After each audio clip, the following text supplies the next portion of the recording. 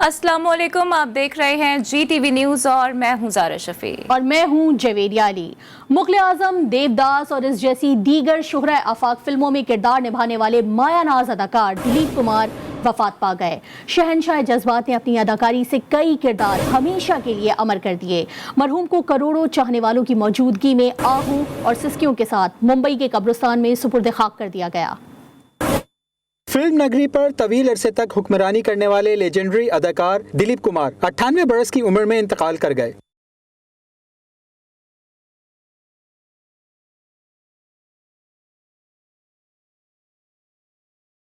दिलीप कुमार मुंबई के पीडी हिंदूचा अस्पताल में जेर इलाज थे। उन्हें सांस लेने में दुश्वारी की शिकायत पर अस्पताल लाया गया था।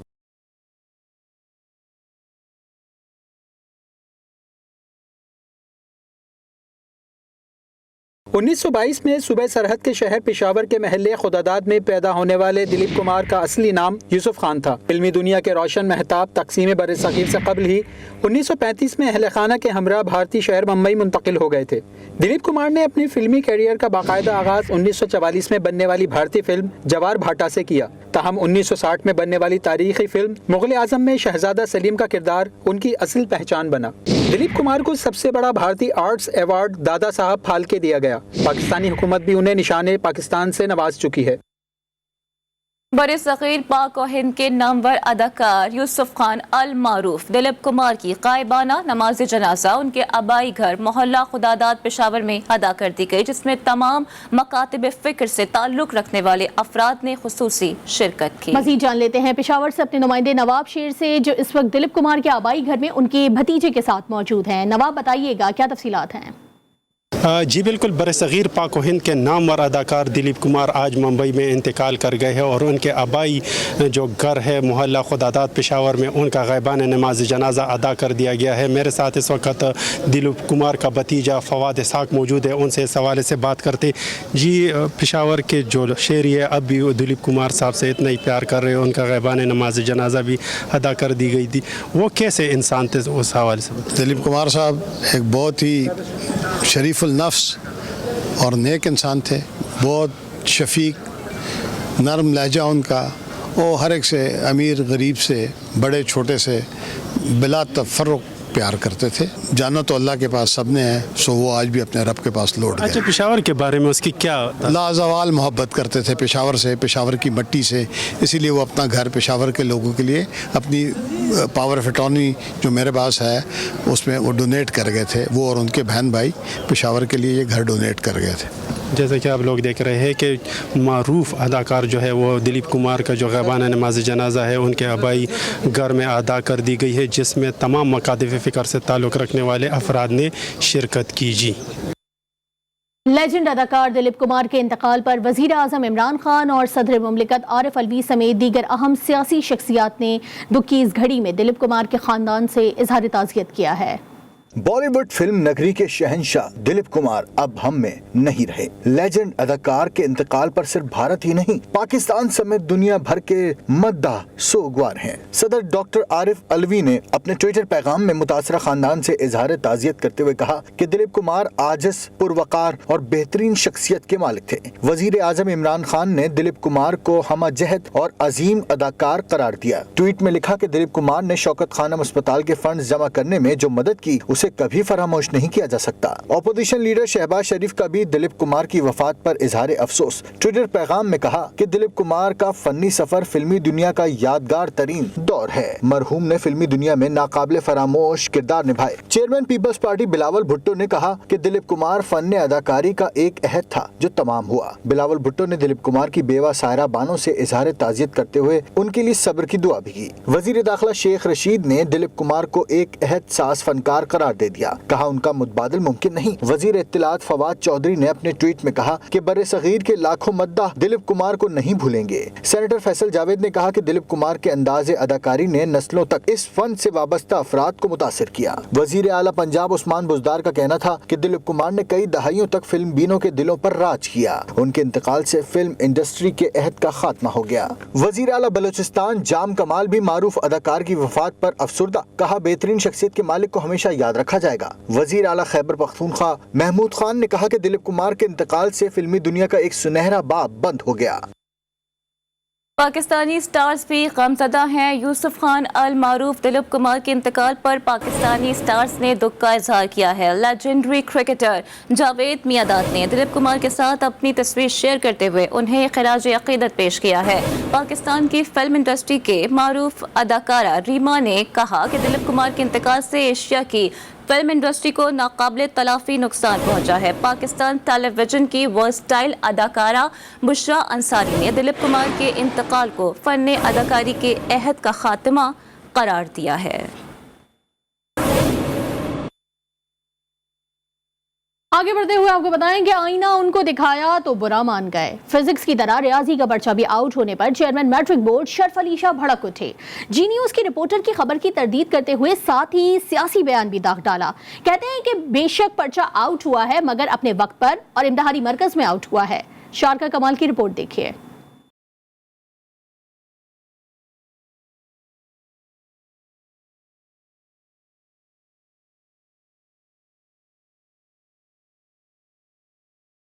मैट्रिक बोर्ड ऑफिस कराची के तलबा का इम्तिहान लेने के लिए एक बार फिर बेहतर इंतजामात ना कर सका। 10वीं जमात का रियाजी का पर्चा 9:30 बजे सुबह शुरू होना था, लेकिन एक बार फिर 9 बजे ही रियाजी का पर्चा मुबैना तौर पर आउट हो गया। नकल माफिया को लगाम डालने में मैट्रिक बोर्ड ऑफिस एक बार फिर नाकाम हो गया। Chairman matric board Sharaf Ali Shah ने सवाल करने पर अलग ही मंतक बयान कर दी कि पर्चा आउट होने की जिम्मेदारी बोर्ड ऑफिस की नहीं है। हवाले बोर्ड की जिम्मेदारी होती है जब तक वो सेंटर के सुपरिटेंडेंट के हवाले हो जाए।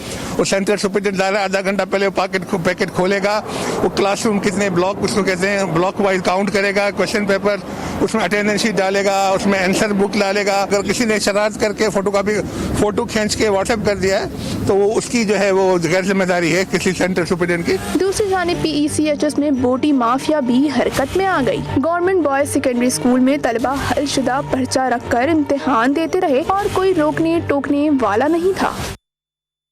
और कराची में सदर रीगल चौक के करीब गाड़ी में आग भड़क उठी। लोगों ने अपनी मदद आप के तहत आग को बुझा दिया है। कोई जानी नुकसान रिपोर्ट नहीं हुआ है। इसी पर बात करते हैं हनीफ माजोटी से। हनीफ माजोटी, अपडेट कीजिएगा, आग लगने की क्या वजूहात सामने आई हैं?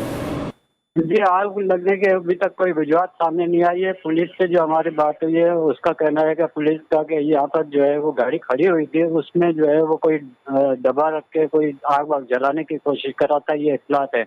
कंफर्मेशन नहीं हुई है इस चीज की। अभी हम मजीद चेक करेंगे तो फिर क्लियर होगा। फायर ब्रिगेड की रिपोर्ट वगैरह आएगी तो क्लियर होगा।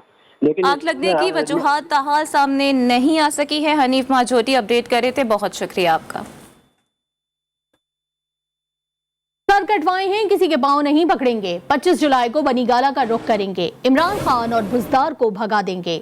Chairman people's party Bilawal Bhutto ने रावलाकोट में जलसे से खिताब करते हुए कहा कि दुनिया को मानना पड़ेगा कि कश्मीर डिक्टेशन पर नहीं चलता। कश्मीरियों का फैसला इस्लामाबाद और दिल्ली को भी मानना पड़ेगा। जंग लड़ेंगे मगर कश्मीर के जियालों को अकेला नहीं छोड़ेंगे। कश्मीर की वादियों में बिलावल भुट्टो की घन घरज के बाद वफाकी वज़ीर मवासलात मुराद सईद का रद्द-ए-अमल भी सामने आ गया। बोले, फर्जंदे जरदारी पर्ची लहरा कर आज़ाद कश्मीर पहुंच गए। हम कश्मीर को लाड़काना नहीं बनने देंगे।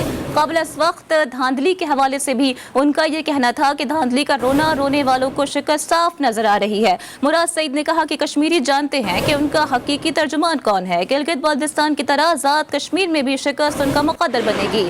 25 जुलाई का सूरज आज़ाद जम्मू कश्मीर में तब्दीली की अलामत बनकर उभरेगा।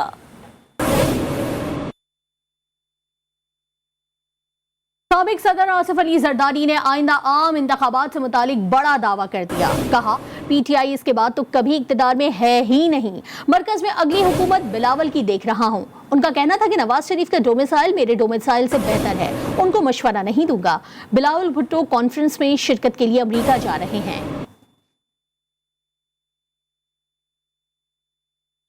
पाकिस्तान पीपल्स पार्टी की सीनियर रहनुमा शहरी रहमान ने बिलावल भुट्टो जरदारी के अमरीका जाने की वजह बता दी। प्रोग्राम लाइफ विद मुजाहिद में गुफ्तगू करते हुए कहा कि मौजूदा हुकूमत डिलीवर नहीं कर पा रही। अमरीकी थिंक टैंक ने इसीलिए बिलावल भुट्टो को बुलाया है। बहुत लोग आते जाते हैं। चेयरमैन बिलावल अगर एक थिंक टैंक की या किसी गैदरिंग, निजी गैदरिंग में, इंटेलेक्चुअल गैदरिंग में, जिसके साथ हमेशा पीपल्स पार्टी का एंगेजमेंट रहा है जी। हम तो वेब पे कर रहे हैं लेकिन इस तरह का जो भी विजिट है उस पर इतनी तनकीद, इतनी स्पेकुलेशन और इतनी परेशानी हुकूमती हलकों में। ठीक है उनको जो बाइडन का फोन नहीं आ रहा है। नारोवाल स्पोर्ट सिटी मंसूबे में मुबैना करप्शन केस का मामला, एहसन इकबाल की जमानत का तफसीली फैसला जारी कर दिया गया। इस्लामाबाद हाई कोर्ट ने एहसन इकबाल की गिरफ्तारी को नैब के इख्तियार से तजावुज करार दे दिया है। इसी पर बात कर लेते हैं अपने नुमाइंदे आदिल हुसैन से। आदिल, बताइएगा अदालत का तहरीरी फैसले में मजीद क्या कहना है? जी बिल्कुल, नारोवाल स्पोर्ट सिटी केस का तहरीरी फैसला इस्लामाबाद हाई कोर्ट ने जारी कर दिया है। इस्लामाबाद हाई कोर्ट ने एहसन इकबाल की गिरफ्तारी को नैब के इख्तियार से जो है वो तजावुज करार दिया है। इस्लामाबाद फैसले में नैब पिंडी पर जो है ये कहा गया है, ये हिदायत की है कि नैब पिंडी ने एहसन इकबाल पर करप्शन का जो इल्जाम है वो साबित करने में नाकाम रहा है। इस्लामाबाद हाई कोर्ट ने अपने फैसले में कहा कि नैब एहसन इकबाल पर कोई माली फायदा लेने का भी सबूत पेश करने में नाकाम रहा। अदालत ने अपने फैसले में ये भी कहा है कि नारोवाल स्पोर्ट सिटी मंसूबा अवामी मफाद का है, जिसकी मंजूरी तमाम फर्म्स ने दी है। चीफ जस्टिस एहसन इकबाल की गिरफ्तारी नैब के इख्तियार से तजावुज करार दी गई है अदालत की जानिब से। आदिल हुसैन अपडेट कर रहे थे, शुक्रिया आपका। वफाकी वजीर मनसूबाबंदी असद उमर की जेर सदारत NCOC की अहम बैठक लगी। NCOC ने मुख्तलिफ सेक्टर्स में SOPs की खिलाफ वर्जियों का नोटिस लिया। इजलास में तमाम सूबों को SOPs पर अमल दरामद और वैक्सीनेशन के अमल को तेज करने के लिए खुसूसी इकदामात उठाने की हिदायत की है।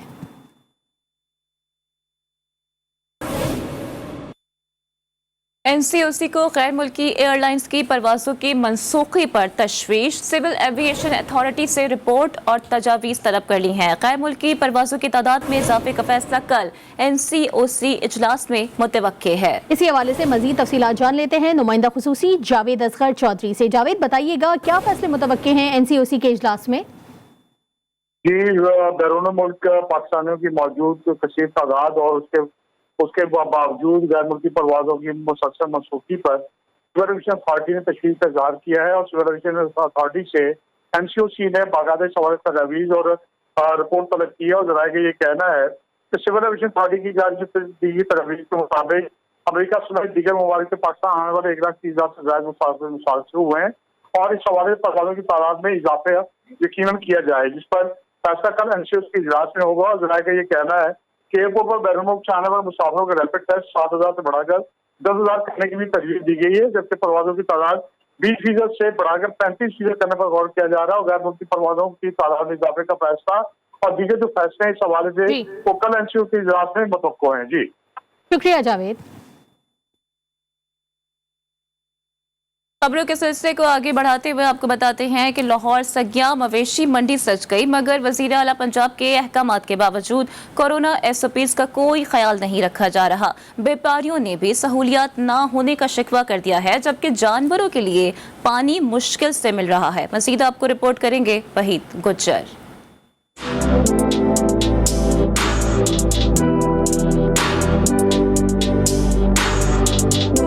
ईद उल अजहा करीब आते ही लाहौर में मवेशी मंडियां सजना शुरू हो गईं। लाहौर सगिया मवेशी मंडी में सहूलियात के फुकदान पर व्यापारी इंतजामिया के खिलाफ फट पड़े। काफ़ी मसला आ रहा है लाइट का, तो पानी ला रहे हैं तो पानी भी दूर से लाना पड़ता है, पानी भी बदबूदार है, जानवर नहीं पी रहे, तो इस वजह से जानवर भी मतलब कि काफ़ी निडाल हो गए। शहरी भी जानवरों की कीमतें आसमान पर पहुंचने पर परेशान हैं। कहते हैं कि गुज़श्ता साल की निस्बत इस बार बहुत ज्यादा जानवर महंगे हैं, कैसे कुर्बानी की जाए। छोटा जिहा बच्चा है दे रहे ने 1,05,000 ਦਾ ਤੇ ਪਿਛਲੇ ਸਾਲ ਇਹੀ ਹੈਗਾ ਸੀ 70,000 ਦਾ 75,000 ਦਾ, ਇਸ ਤੋਂ ਘੱਟ रेट दे ही नहीं रहे। मवेशी मंडियों में सहूलियात की फरहमी के लिए इंतजामिया को तरजीही बुनियादों पर इक़दामात करना होंगे ताकि व्यापारियों की शिकायत का इजाला हो सके। कैमरामैन नुमान इजाज के साथ वहीद गुज्जर, GTV न्यूज़ लाहौर। वजीर हवाबाजी गुलाम सरवर खान ने ASF हेडक्वार्टर्स कराची का दौरा किया। DG ASF major general Abid Latif Khan ने वजीर हवाबाजी का इस्तकबाल किया। मेजर जनरल आबिद लतीफ़ ने गुलाम सरवर खान को पेशा वाराना उमूर पर ब्रीफिंग दी। वजीर हवाबाजी ने एयरपोर्ट सिक्योरिटी फोर्स की कारकर्दगी को सराहा। गुलाम सरवर खान ने यादगार शुहदा पर फूलों की चादर भी चढ़ाई।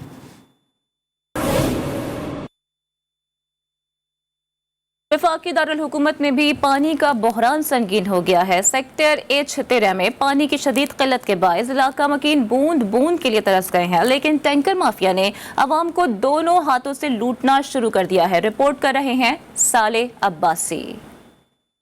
इस्लामाबाद में गर्मी का जोर, साथ पानी की कमी का शोर। पानी की किल्लत का मसला छोटे शहरों तक महदूद नहीं, शहर इक़्तिदार के कई इलाके भी पानी की कमी का शिकार हैं। सेक्टर H13 के गुलशन खुदादात कॉलोनी के मकीन भी पानी के लिए तरस गए। वाटर सप्लाई का ऐसी पाइप डले हुए हैं, उनमें किसी किस्म का किसी हुकूमत ने उसके बाद कोई अमल दखल नहीं किया कि यहाँ हमें पानी दिया जाए, बल्कि पुरसाने हाल ही कोई नहीं है। इलाका मकीन कहते हैं एक तरफ पानी की किल्लत, साथ ही ज़ेरे ज़मीन पानी भी नहीं रहा, ऊपर से टैंकर माफिया ने लूट मार मचा रखी है। इस महंगाई के दौर में टैंकर माफिया ने अपनी एक जारादारी बनाई हुई है और जो टैंकर पहले 1000 रुपये में मिलता था अब तक 5-6 हज़ार तक चला गया है। माने इतनी महंगाई हो गई है कि आप तसव्वुर नहीं कर सकते। एक गरीब बंदा क्या करे इस दौर में। पानी के लिए तरसते शहरियों का कहना है मौसम गर्मा में पानी की कमी ने जिंदगी अजाब बना रखी है। हुकूमत कम अज कम दारुल हुकूमत में तो पानी की फराहमी यकीनी बनाए। कैमरामैन मुनाकिब के साथ साले अब्बासी, GTV न्यूज़, इस्लामाबाद। मुल्क के मुख्तलिफ इलाकों में मौसम गर्मा जोबन पर है। ताहम गुज़िश्ता 24 घंटों के दौरान कश्मीर, बालाई खैबर पख्तूनख्वा, गिलगित बल्तिस्तान और मंगला में चंद मकामात पर गरज चमक के साथ बारिश हुई है। सबसे ज्यादा बारिश आज़ाद कश्मीर में रिकॉर्ड की गई।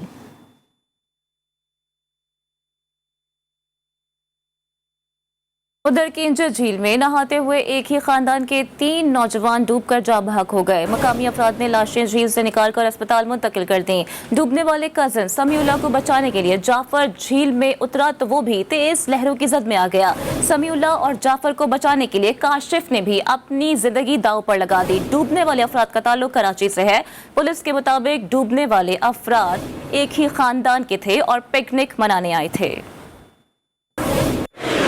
Welcome back. Governor Balochistan justice retired Aman Ullah Khan ने ओहदे से इस्तीफा दे दिया है। गवर्नर बलोचिस्तान अमान उल्लाह खान ने इस्तीफा सदर मुमलिकत को अरसाल कर दिया। गुज़िश्ता कई माह से गवर्नर की तब्दीली की अफवाहें गर्दिश कर रही थीं। ज़राए का कहना है कि वफाकी हुकूमत की जानिब से नए गवर्नर की तैनाती के लिए गौर शुरू कर दिया गया है। PTI ने गवर्नर बलोचिस्तान के लिए नवाबजादा हुमायूं खान जोगीजई, मुनीर अहमद बलोच, नवाब गौस बख्श बारोजई के नाम दिए थे। पाकिस्तान ओलंपिक्स एसोसिएशन ने टोक्यो ओलंपिक्स के लिए दस्ते का ऐलान कर दिया है। पाकिस्तान से 22 रुकनी दस्ता टोक्यो ओलंपिक्स में शिरकत करेगा। दस्ते में 10 एथलीट्स और 12 ऑफिशियल्स शामिल हैं, जबकि नायब सदर POA ब्रिगेडियर जहीर दस्ते के चीफ डिमिशन मुकर्रर किए गए हैं।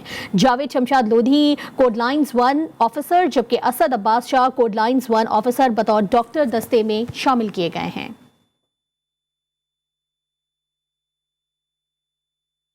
आलमी मंजरनामे से खबर यह है कि हैती के सदर जोवेनल मोजेस को उनके घर में गोली मारकर हलाक कर दिया गया। गैर मुल्की खबर रसाई एजेंसी के मुताबिक मुसल्लह अफराद ने सदर के घर में घुसकर फायरिंग की, जिसके नतीजे में वो मौके पर ही दम तोड़ गए। अबूरी वजीर आजम क्लॉड जोसेफ ने वाक़े की तस्दीक कर दी है। मुसल्लह अफराद के हमले में खातून अव्वल भी जख्मी हो गई हैं। जोवेनल मोजेस ने फरवरी 2017 में सदर का मनसब संभाला था। दुनिया भर में थर की पहचान बनने वाली माई भागी को दुनिया भूल गई। थर की इस कोयल को मदाहों से बिछड़े हुए 35 साल बीत गए हैं। माई भागी के गाए हुए कई गीत अमर हो गए। रिपोर्ट करेंगे आका बदरजई।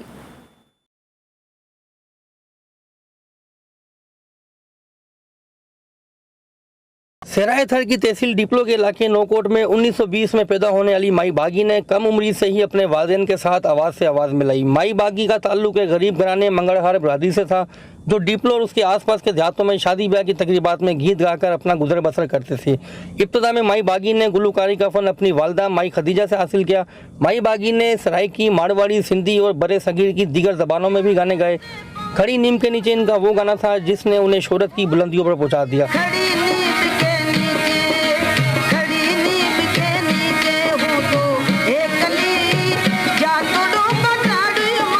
आज भी थर की मौसीकी इस गाने के बगैर मुकम्मल नहीं समझी जाती। 1981 में हुकूमत पाकिस्तान ने मौसीकी के मैदान में इनकी शानदार खिदमात के नतीजे में उन्हें सदारती तमगा बराए हुस्न कारकर्दगी से नवाजा। इसके अलावा दर्जनों एजाज़ात इनके हिस्से में आए। 7 जुलाई 1986 को सहरा की आवाज़ खामोश हो गई, मगर इनके गाए हुए गीत आज भी जिंदा हैं। कैमरा टीम के साथ आगा बदरजई, जी न्यूज़, सरपार। न्यूज़ बुलेटिन से फिलहाल इतना ही। बाखबर रहने के लिए देखते रहिए GTV न्यूज़।